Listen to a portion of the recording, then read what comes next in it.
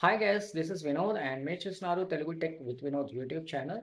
Friends, నాకు ఒక comment చేశాడు ఒక ఫ్రెండ్. అన్న, మరి నేను షేర్ మార్కెటింగ్లో నేను షేర్స్ కొనాలనుకుంటున్నాను. ఏ షేర్స్ కొంటే బాగుంటుంది అంటే నన్ను అడిగాను నన్ను.